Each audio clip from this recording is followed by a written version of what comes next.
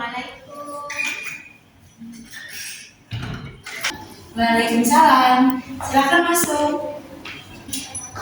Baik, Mbak, silakan masuk duduk di sebelah sini ya. Terima kasih, Ibu. Iya, silakan. Oke, baik. Waktu silakan diambil posisi duduk yang paling nyaman, yang paling rileks, buat dirinya rileks dan tenang. Jangan tegang, karena di sini kita mau bercerita dengan santai saja. Ya, kalau duduknya sudah nyaman, duduknya sudah rileks dan tenang, Ibu mau sedikit membahas deh. Kira-kira tuh terakhir kita bisa ngobrol nyaman kayak gini tuh kapan ya, Mbak ya? Sekitar kelas 11 kemarin juga. Kelas 11. Iya, Mbak berasa sekarang udah kelas 12 ya, Mbak Putri ya. Kalau iya ya, dulu itu kalau Ibu nggak salah tuh kita kenalnya itu pas Mbak Putri awal-awal masuk SMA, pas MPLS itu kayaknya yang paling aktif ya di kegiatan MPLS itu. Padahal juga itu kan masih siswa baru ya, tapi sudah bisa aktif di awal-awal. Kemudian juga Ibu dapat laporan juga dari wali kelas dari kelas 10, kelas 11 waktu Ibu masih mengampu kelas tersebut. Ibu juga dapat laporan kalau ini siswanya itu Mbak Putri itu aktif, bertanggung jawab, kalau ada tugas juga menyelesaikan tepat waktu, kemudian menjaga peringkat juga, nilainya juga selalu di atas rata-rata. Pokoknya Ibu selalu mendapatkan laporan-laporan baik sih dari Mbak Putri. Betul ya, seperti itu ya? Ya, oke. Sekarang tidak usah takut, tidak usah merasa takut karena Mbak Putri datang ke sini itu bukan saya yang memanggil, tidak ada masalah apapun juga. Mbak Putri juga sudah tidak dihukum, jadi silakan yang tenang, yang rileks, pikirannya ditenangkan, hatinya juga ditenangkan. Dan di ruangan ini hanya ada kita berdua, tidak ada orang lain di sini. Kemudian ya, Ibu juga mengingatkan di dalam proses konseling tidak usah merasa takut kalau cerita Mbak Putri nanti akan didengar atau menjadi konsumsi orang lain. Bahkan entah itu guru, entah itu sesama rekan saya guru BK, entah itu nanti sesama rekan siswanya Mbak Putri sendiri. Tidak perlu takut kalau nanti kalau aku cerita diceritain nggak ya di orang lain Ibu nanti cerita nggak ya sama teman-temanku, enggak, karena di dalam proses konseling kami ini memiliki asas yang paling penting, yaitu asas kerahasiaan, di mana seluruh pengalaman, kami tidak menyebutnya sebagai masalah, yang mungkin pengalaman yang sedang siswa kami atau klien kami alami tidak boleh diceritakan ke siapapun, kecuali hal tersebut memerlukan tahapan atau proses yang tingkatnya lebih tinggi dari konseling, yaitu apa Mbak Putri, psikiater atau sudah memerlukan namanya obat atau juga penanganan medis yang lebih tinggi. Nah, itu kami perlu koordinasi dengan pihak lain. Tapi kalau kasusnya ringan, pengalamannya cukup untuk kita ceritakan bersama, itu tidak akan kami bocorkan atau kami ceritakan ke orang lain atau pihak-pihak yang lainnya. Jadi tidak perlu takut, dijaga saja moodnya, dijaga saja ketenangannya. Nanti bisa leluasa bercerita, nanti saya siap untuk mendengarkan, seperti itu. Oke, baik. Kalau Ibu boleh tahu kabar Mbak Putri hari ini bagaimana? Alhamdulillah, kabarnya baik. Alhamdulillah, semoga sehat, bahagia terus. Sebelum kesini tadi pelajaran pertamanya apa ya? Tadi matematika, Bu. Matematika gimana untuk pengerjaan matematikanya, sulit atau? Sebagian ada yang mudah, Bu, tapi sebagian juga ada yang belum bisa saya kuasai. Ya nggak apa-apa, yang penting masih ada yang bisa dipahami. Itu juga namanya kalau masih ada beberapa materi yang masih belum paham ya belajar, nggak semuanya harus paham sekarang. Baik. Sebelum kita lanjut di pembicaraan kita selanjutnya, Ibu mau memastikan apakah Mbak Putri bersedia untuk mengikuti sesi konseling kita pada pagi hari ini? Saya saya bersedia. Baik, terima kasih untuk ketersediaannya.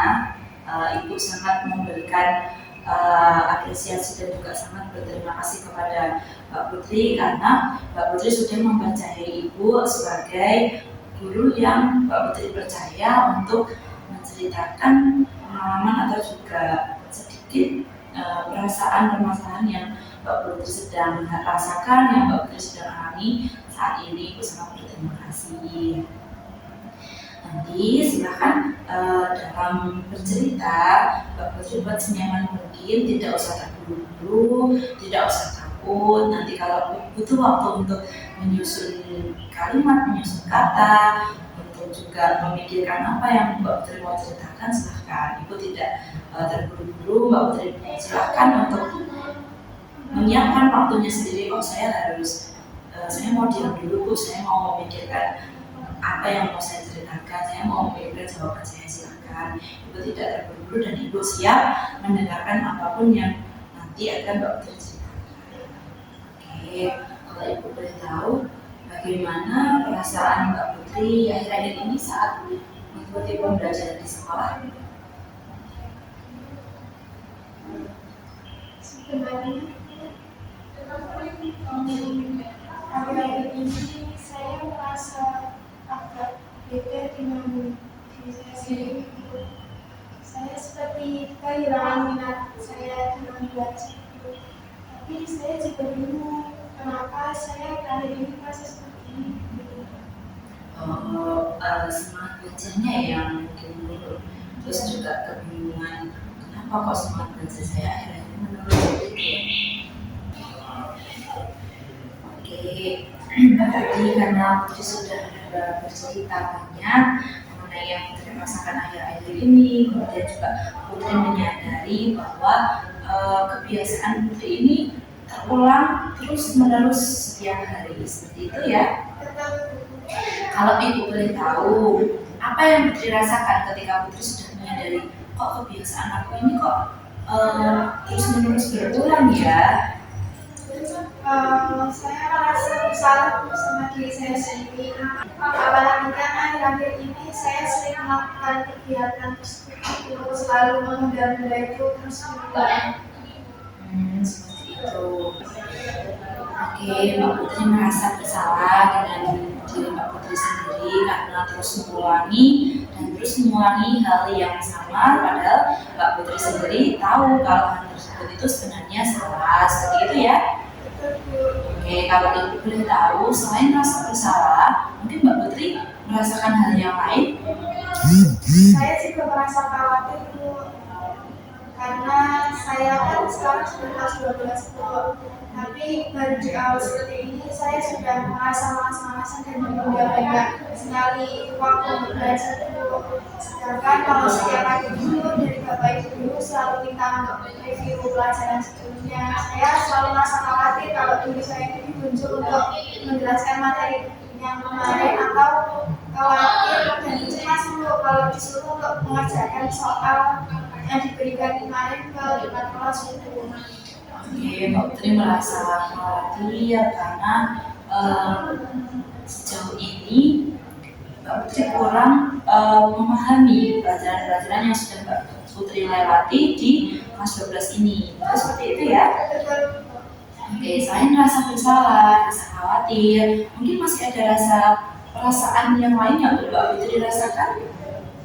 Saya juga merasa kecewa sama diri saya. Kecewa? Kecewanya yang seperti apa ya Mbak ya? Saya kecewa sama diri saya sendiri Bu, karena saya tahu saya ini kan sudah kelas 12, harusnya saya bisa memberikan untuk rasa-rasa malas saya itu, rasa-rasa menunda pekerjaan dalam mengerjakan tugas Bu. Tapi saya belum bisa melakukan tersebut Bu. Seperti itu. Oke, tadi dari yang Mbak Putri ceritakan, yang Ibu tangkap beberapa adalah Mbak Putri merasa kalau kebiasaan baru Mbak Putri ini itu terus-menerus terulang setiap harinya, seperti itu ya? Betul Bu.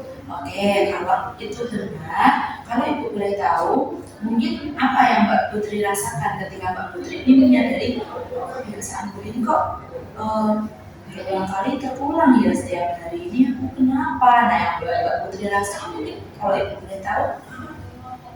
Saya setiap melakukan hal-hal yang mudah seperti itu, saya selalu merasa bersalah sama diri saya sendiri. Merasa bersalah? Kok bisa merasa bersalah? Itu karena saya tuh tahu kalau kegiatan menunda-nunda untuk belajar itu salah, tapi dari saya bukannya introspeksi dan menghentikan menunda-nunda itu, tapi malah tetap menunda terus. Jadi banyak waktu yang harusnya bisa buat saya belajar dan mereview pelajaran yang diberikan untuk ibu, tapi tidak saya lakukan, malah bermain HP terus sampai dini hari. Mbak Putri merasa bersalah ya dengan diri Putri sendiri. Oke, baik. Mungkin ada rasa kecewa lain yang Mbak Putri belum sampaikan kepada Ibu? Ada, Bu. Saya merasa kecewa sama diri saya sendiri karena saya tahu apa yang harus saya lakukan. Saya juga tahu, Bu, seharusnya saya belajar. Saya juga tahu kalau sebentar lagi itu saya itu mau ujian, Bu. Dan saya itu juga tahu kalau orang tua saya juga banyak berharap kepada saya di tahun lalu ini. Tapi saya sulit sekali untuk membatasi diri saya untuk menunda-nunda dan menegaskan kepada diri saya sendiri untuk ini tuh tidak benar, seharusnya saya tidak melakukan ini. Oh iya, baik. Seperti ini Mbak Putri.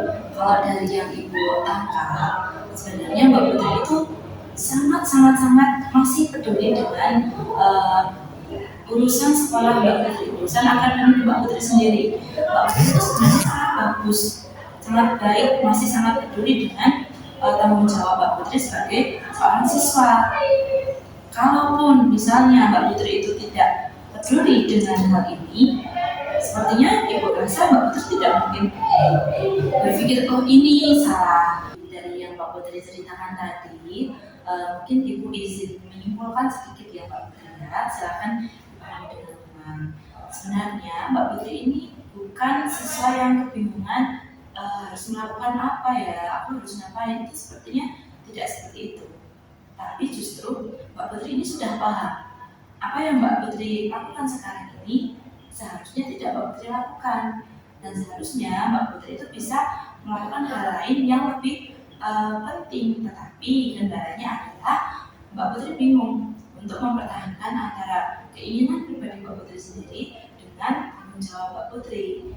Nah, itu yang membuat sampai hari ini mungkin Mbak Putri masih kebingungan, saya harus ngapain biar saya bisa semangat kayak yang saya mau, itu saya harus ngapain gitu. Kalau untuk kebingungan ini saya kenapa ya, saya rasa tidak. Mbak Putri sangat bagus, sangat baik untuk mengenali diri Mbak Putri sendiri. Mbak Putri sangat bagus dan sangat baik dalam memahami perubahan yang ada di dalam diri Mbak Putri sendiri. Itu sangat-sangat bagus dan baik sekali. Oh ya, mungkin pada saat Mbak Putri merasakan hal tersebut, apa yang Mbak Putri katakan kepada diri Mbak Putri sendiri? Setiap saya melakukan kegiatan menunda-nunda itu dan menyadari di akhir-akhir dan menyesal itu kan, Bu, saya selalu mengatakan, kamu kenapa sih kok melakukan seperti ini? Dulu tuh kamu gak kayak gini, kenapa sekarang kok kayak gini? Semua yang kamu lakukan yang menyenangkan itu cuma merugikan untuk diriku sendiri. Terus kenapa kok kamu masih kayak gini? Itu yang sering saya katakan ke diri saya sendiri. Oke, baik. Sekarang Ibu mau memberikan pemahaman yang tertangkap dari yang Mbak Putri ceritakan tadi. Sebenarnya Mbak Putri ini adalah siswa yang sangat-sangat baik, sangat-sangat mampu untuk mengendalikan diri Mbak Putri sendiri. Kenapa? Karena pada saat Mbak Putri merasakan suatu hal yang mungkin Mbak Putri rasa ini hal yang tidak seharusnya saya rasakan, diri Mbak Putri ini langsung menyadari hal tersebut, dan Mbak Putri sadar apa ya yang harus saya lakukan biar saya ini bisa kembali ke situasi awal saya lagi, lebih fokus untuk belajar seperti itu. Kenapa saya bilang Mbak Putri adalah anak yang baik, anak yang masih sangat memikirkan akademik sekolah Mbak Putri, karena kalau Mbak Putri acuh tak acuh, kalau Mbak Putri tidak peduli dengan tanggung jawab Mbak Putri sebagai siswa, sebagai pelajar, yaitu belajar dan mempertanggungjawabkan akademiknya, Mbak Putri tidak mungkin datang ke ruangan ini. Mbak Putri tidak mungkin menemui Ibu untuk menceritakan segala hal yang Mbak Putri sedang alami. Mbak Putri tidak mungkin merasa kalau Bu saya ini salah loh, Bu saya ini harusnya saya nggak kayak gini. Nah, kalau memang diri Mbak Putri ini tidak peduli, tidak mungkin hal-hal itu Mbak Putri rasakan dan Mbak Putri sampaikan pada saat hari ini. Baik Putri, apakah kalau Ibu bertanya sedikit lagi diperbolehkan? Boleh Bu, silakan. Ya, Ibu hanya sedikit ingin bertanya. Putri ini kan sudah kelas 12. Beberapa bulan ke depan juga Putri akan menghadapi ujian. Kalau Ibu boleh tahu, apa yang ada di benak Putri, di benak pikiran Putri di beberapa bulan ke depan ini? Yang ada di benak saya setiap memikirkan beberapa bulan ke depan itu saya selalu merasa takut Bu. Takut? Kenapa? Mungkin bisa dijelaskan rasa takutnya? Saya merasa takut Bu kalau nanti waktu ujian hasilnya itu nilai saya turun Bu. Takut kalau nanti waktu ujian untuk perguruan tinggi saya tidak keterima. Saya juga takut Bu mengecewakan kedua orang tua saya. Tidak apa-apa, apa yang Mbak Putri rasakan ini adalah perasaan yang sangat-sangat wajar.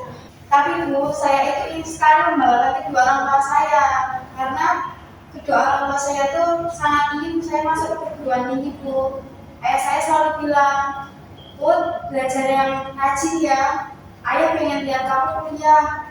Setiap ayah saya mengatakan itu kepada saya Bu, rasanya tuh sesak sekali karena saya merasa bersalah sama ayah saya Bu. Jadi gini Putri, menjadi harapan kedua orang tua itu bukan menjadi hal beban karena mereka memaksa, itu tidak. Tetapi karena Putri ini merasa kalau Putri sangat menyayangi mereka dan Putri sangat ingin membalas budi dan juga membalas perjuangan yang mereka sudah berikan kepada Putri, itu yang membuat Putri tidak ingin mengecewakan mereka, sehingga Putri merasa sangat-sangat ketakutan. Putri sangat menyayangi ayah dan ibu ya, betul? Betul Bu. Betul ya. Karena itu Ibu berterima kasih kepada Putri. Ibu sangat-sangat menghargai karena Putri sudah ada di sini. Putri sudah mau menceritakan apa yang Putri rasakan semuanya. Dan cerita Putri hari ini, Ibu bisa melihat bahwa sebenarnya Putri ini sangat memiliki tujuan yang baik itu untuk diri Putri sendiri maupun untuk kedua orang tua Putri dan masa depan Putri. Putri ingin tetap menjadi anak yang baik, menjadi anak kebanggaan orang tua, tidak ingin mengecewakan orang tua, dan Putri tetap ingin kewajiban-kewajiban Putri itu Putri laksanakan dengan baik. Itu menunjukkan bahwa Putri itu masih memiliki tujuan yang sangat-sangat jelas.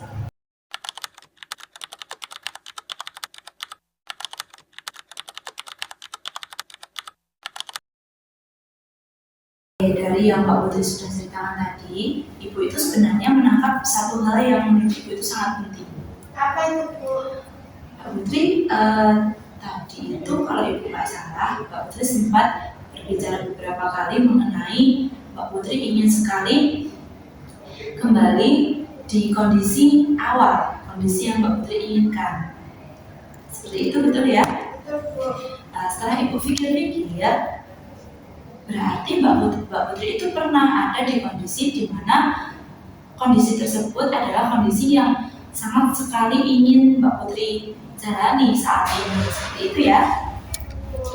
Nah, daripada kita ini berfokus pada masalah yang sedang Mbak Putri alami saat ini, kita hanya berfokus pada titik, oh kok aku kayak gini ya, kok aku gini ya.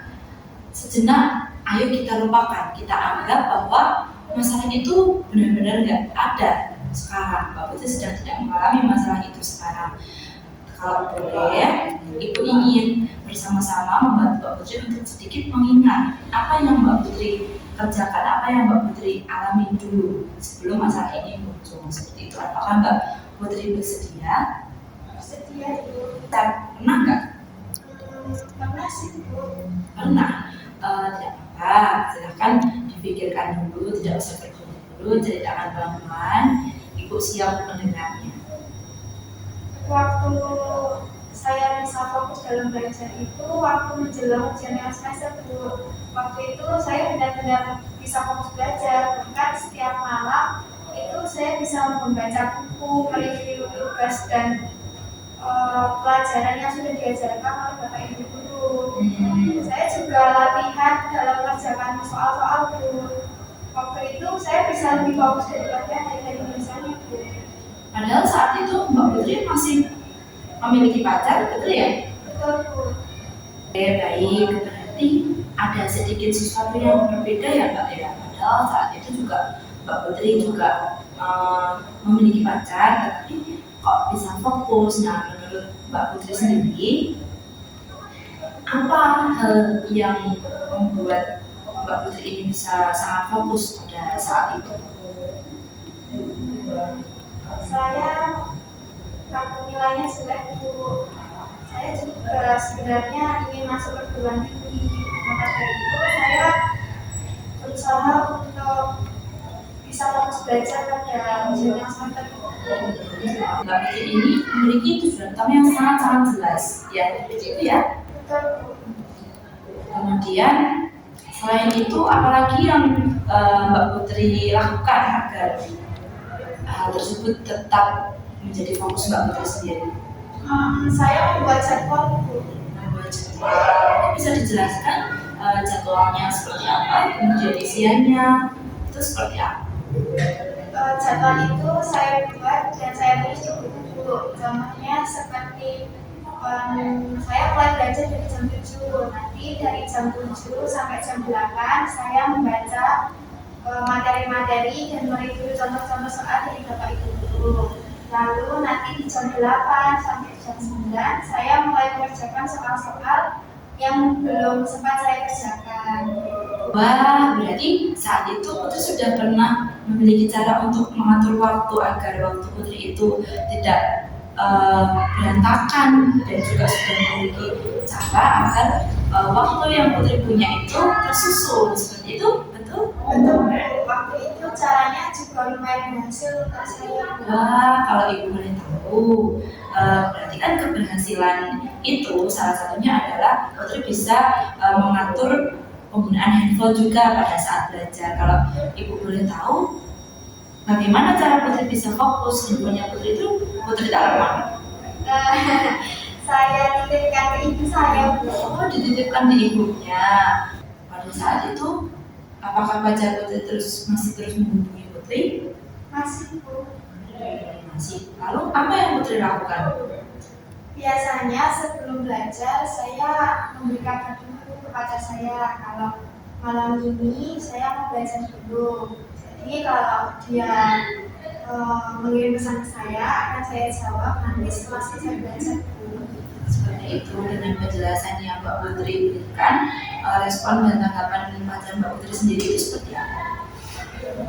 Dia mengerti Bu, jadi yang saya pamit untuk belajar dia juga merespon dengan baik. Dia tidak marah.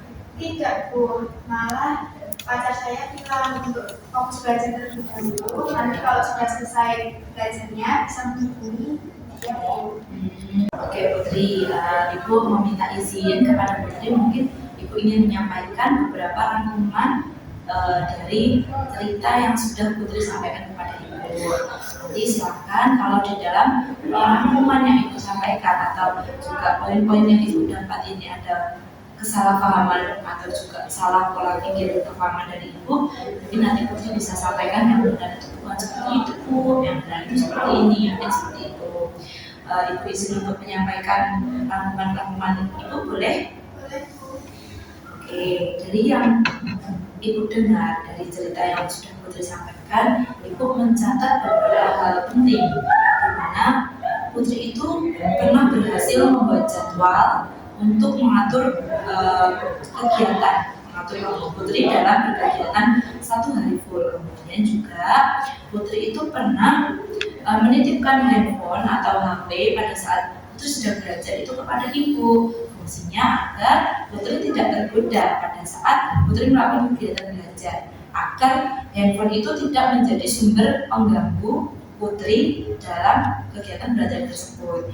Kemudian yang ketiga, kalau ibu tidak salah, Putri juga sudah berkomunikasi baik dengan pacar Putri, di mana pada saat waktu-waktu yang Putri tentukan untuk belajar, Putri sudah berkomitmen untuk tidak membalas chat, untuk tidak membuka-buka handphone. Kemudian sudah mengatakan, oh ini aku itu mau fokus kegiatan belajar dulu, kamu jangan buka dulu. Mungkin dari beberapa hal yang ibu sampaikan itu ada satu hal yang menurut ibu ini paling penting, hal yang paling luar biasa Putri sudah sampaikan sejak awal sampai akhir ini.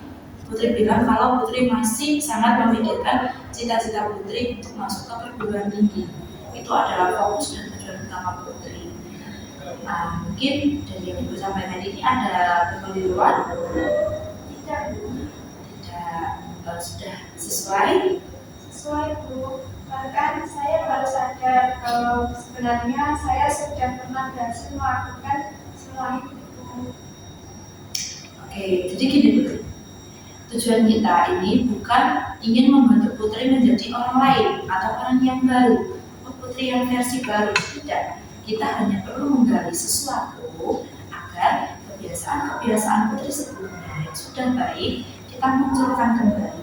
Oke Putri, jadi yang membuat Putri itu merasa sulit untuk fokus pada pelajaran itu sebenarnya apakah itu ada dorongan dari orang lain, apakah ada orang yang memaksa Putri untuk terus membuka HP, untuk terus chat, atau seperti apa? Coba Putri yakinkan dulu apa yang sebenarnya terjadi, apakah itu dorongan dari orang lain atau bahkan dari diri Putri sendiri?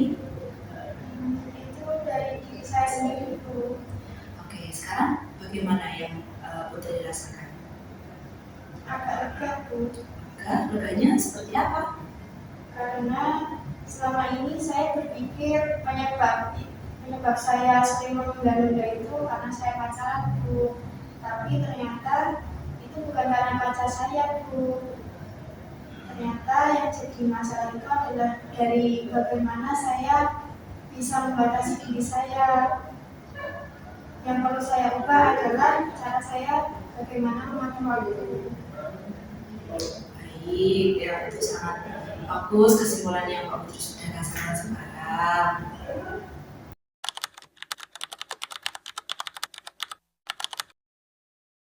Oke Putri, Ibu ingin mengajak Putri untuk melakukan sedikit latihan kecil, di mana di dalam latihan ini tidak ada jawaban benar, tidak ada jawaban salah.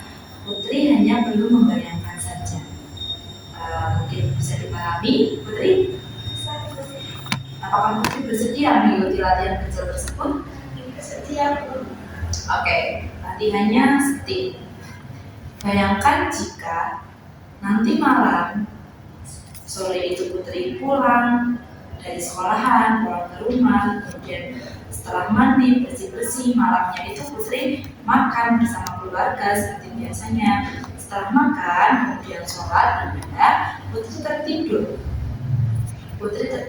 Dan di tidur Putri itu terjadi keajaiban di mana masalah yang Putri sedang alami saat ini, semua masalah itu hilang pada saat Putri tertidur itu. Tapi karena masalah itu hilang pada saat Putri sedang tertidur, Putri tidak tahu masalah itu akan hilangnya kapan. Seperti itu. Nantinya kalau Putri sudah bangun, apa yang pertama kali akan Putri rasakan? Perubahan apa yang kira-kira Putri, oh masalahnya nggak ada nih pas aku tidur. Nanti paginya itu perubahan apa yang kira-kira akan terjadi setelah Putri bangun? Mungkin saya tidak akan buru-buru mencari HP ketika saya bangun tidur. Tidak akan buru-buru mencari HP. Emang sebelumnya itu gimana? Setiap saya bangun tidur, yang saya lakukan pertama kali adalah mencari HP saya. Dari ini saya bisa lebih fokus untuk belajar, baik di sekolah maupun di rumah. Jadi kalau setelah pulang sekolah, saya bisa istirahat sebentar, lalu membantu pekerjaan orang tua, setelah itu makan malam, lalu belajar seperti biasanya itu. Mungkin untuk pengoperasian HP akan saya kurangi Bu. Mungkin setelah selesai belajar, katakanlah jam 8 Bu. Nanti dari jam 8 sampai jam setengah 9 saya gunakan untuk membuka HP. Setelah setengah 9 mungkin saya akan mulai persiapan untuk tidur dan beristirahat. Wah, sangat bagus sekali ya. Terus kemudian juga sangat banyak sekali perubahan setelah keajaiban itu mulai terjadi di hari itu. Mbak Putri sudah ini harus saya lakukan seperti ini yang seharusnya seperti itu. Oke, menurut Putri, setelah hal-hal yang Putri ceritakan tadi sudah Putri jalani, menurut Putri siapa Putri yang sekarang? Menurut saya yang sekarang adalah putri yang bertanggung jawab. Tanggung jawabnya seperti apa? Saya tetap bisa menyayangi orang-orang yang saya sayangi tanpa mengesampingkan kewajiban saya sebagai pelajar tuh. Baik, berarti kesimpulan yang Putri ambil adalah hubungan Mbak Putri dengan pacarnya itu tidak perlu berakhir, tetapi cukup dijalani dengan seimbang, dengan sehat, yang mana hubungan ini jangan sampai merusak kewajiban Mbak Putri sebagai pelajar, tetapi justru dijadikan sebagai support atau juga alasan untuk tetap menjadi Mbak Putri yang baik seperti itu. Ya, Mbak Putri, Ibu sangat senang sekali mendengarkan apa yang sudah Mbak Putri sampaikan tadi.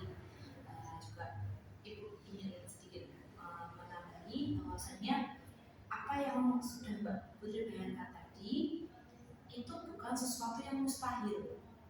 Itu bukan keajaiban yang datangnya dari luar, akan tetapi itu adalah sebuah hal-hal kecil yang dahulunya sudah pernah Mbak Putri lakukan. Artinya apa yang sudah kita bayangkan tadi itu bisa terjadi dan itu sangat-sangat mungkin untuk Mbak Putri lakukan seperti itu.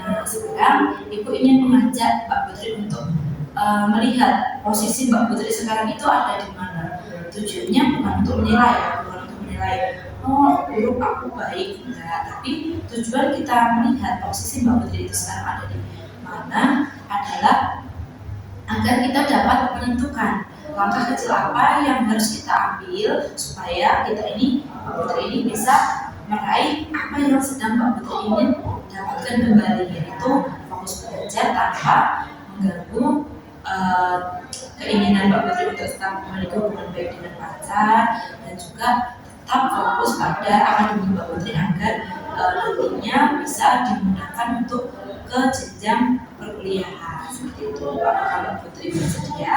Setia dulu. Oke Putri, coba bayangkan jika ada sebuah tangga di mana tangga tersebut itu ada angka-angkanya. Mulai dari paling bawah itu 0 dan yang paling atas itu 10. 0 berarti Putri itu tidak sama sekali tidak bisa membagi waktu antara waktu belajar, antara bermain handphone, antara menjalin hubungan baik Putri dengan pacar, terus juga fokus untuk belajar, fokus untuk ujian itu ada di angka 0. Berarti benar-benar Putri tidak bisa mengatur waktu. Kalau sekadar main HP, terus. Sedangkan angka 10 adalah angka di mana tangga tersebut Putri ini sangat-sangat bisa dan baik dalam mengatur jadwal, entah itu jadwal belajar, jadwal membantu ibu dan ayah, jadwal Putri tetap bisa untuk berkomunikasi dengan baik dengan pacarnya. Nah itu ada di angka 10 goals Putri, di mana Putri tetap tidak merasa terganggu di dalam pembelajaran atau juga akademik Putri, tetapi hubungan Putri dengan pacar Putri itu tetap dalam kondisi baik. Menurut Putri, saat ini pada saat Putri merasakan semangat belajar Putri ini menurun, nah ini Putri itu ada di kisaran angka berapa? Kalau menurut saya berada di tanggal 4. Nomor 4. Terima kasih sudah mau menjawab dengan sepenuh hati dan jujur. Tapi kalau Ibu boleh tahu kenapa nomor 4? Kenapa tidak nomor 2 atau nomor 3 mungkin? Menurut saya ini sebenarnya belum sepenuhnya gagal tuh. Memang benar saya sering terlambat di dalam belajar. Tapi saya masih tetap datang ke sekolah tuh. Saya juga masih mengerjakan tugas walaupun terlambat. Saya juga masih punya keinginan untuk berkuliah dulu. Dan sekarang saya juga ada keinginan untuk berubah. Putri, menurut Putri, apa yang harus Putri lakukan atau apa yang harus Putri kerjakan agar tangga angka Putri dari awalnya 4 itu bisa naik setidaknya di angka 5 atau 6? Itu apa yang menurut Putri yang harus Putri lakukan? Kalau menurut saya mungkin saya bisa mengurangi dalam penggunaan HP saya pada saat saya mau belajar. Lama waktu yang mungkin menurut Putri itu efisien dan juga realistis untuk belajar dan juga untuk tidak menggunakan atau mengoperasikan HP mungkin berapa? Menurut saya 1 jam cukup. 1 jam?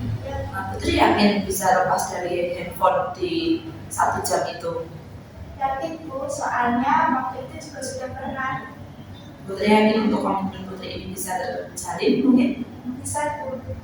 Oke, dari yang Putri sampaikan tadi, kira-kira kapan mau Putri jalankan rencana Putri tadi? Mungkin malam ini. Malam ini? Ya. Kalau itu Ibu ingin bertanya, dari skala 0 sampai 10, kira-kira di angka berapa Putri yakin untuk Putri mampu dan mau melaksanakan apa yang sudah Putri sampaikan kepada Ibu tadi? 8. Angka 8? Iya. Tidak 5 atau 6 mungkin? Kenapa tidak angka dimulai dari angka yang kecil, angka 5 atau angka 6? Saya pilih angka 8 karena saya sekarang sudah sadar tuh bahwa yang membuat saya itu menunda-nunda belajar itu bukan karena pacar saya tuh, tapi memang dari diri saya sendiri tuh. Jadi sekarang saya sudah tahu apa yang harus saya lakukan. Oke, baik. Menurut Ibu, jawaban yang Mbak Putri sampaikan itu adalah jawaban yang sangat luar biasa, jawaban yang sangat baik. Ibu sangat berterima kasih Mbak Putri sudah mau menjawab dengan tegas, menjawab dengan jujur. Dan dari perbincangan kita hari ini, kita juga sama-sama sudah bisa menentukan apa sih yang membuat Mbak Putri ini merasa terganggu, masalah apa sih yang menjadi ujung dari rasa yang Mbak Putri rasakan saat ini, perubahan yang Mbak Putri rasakan saat ini, dan juga ternyata bukan karena Mbak Putri memiliki pacar, tapi karena salahnya atau juga kurangnya cara untuk membatasi penggunaan HP-nya saja, seperti itu. Tapi hebatnya dari awal sampai detik ini kita sudah sama-sama Mbak Putri sudah menyimpulkan beberapa hal sebagai jalan keluar. Apa ya langkah apa yang harus saya lakukan, langkah kecil apa yang harus saya kerjakan, seperti itu. Ya Bu, dari ini saya jadi lebih sadar kalau perubahan diri itu harus dimulai dari diri sendiri Bu. Betul sekali. Aku juga melihat Mbak Putri ini punya banyak sekali kekuatan, ya, dimana Mbak Putri itu pernah berhasil mengatur waktu untuk mengoperasikan HP, untuk waktu belajar. Nah, itu Mbak Putri sudah pernah berhasil mengatur waktu Mbak Putri sendiri. Nah, selain itu Mbak Putri juga memiliki kemampuan untuk berubah. Saya itu harus berubah dari yang saya lakukan sekarang ini harus dirubah agar bisa kembali. Selain itu juga sebuah modal di mana apa yang Mbak Putri inginkan itu pasti bisa tercapai, seperti itu. Terima kasih Bu, karena setelah pembicaraan ini saya jadi lebih percaya diri dan ada kesadaran diri untuk berubah menjadi yang lebih baik. Alhamdulillah.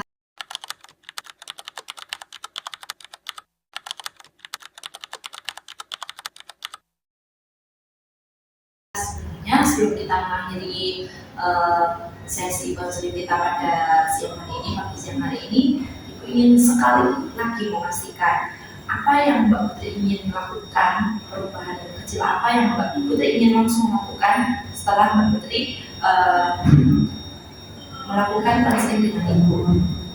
Mungkin setelah ini saya akan membuat jadwal belajar lagi seperti dulu. Setelah maghrib saya akan belajar sekitar 1 jam, dan selama belajar itu saya tidak akan mengoperasikan HP.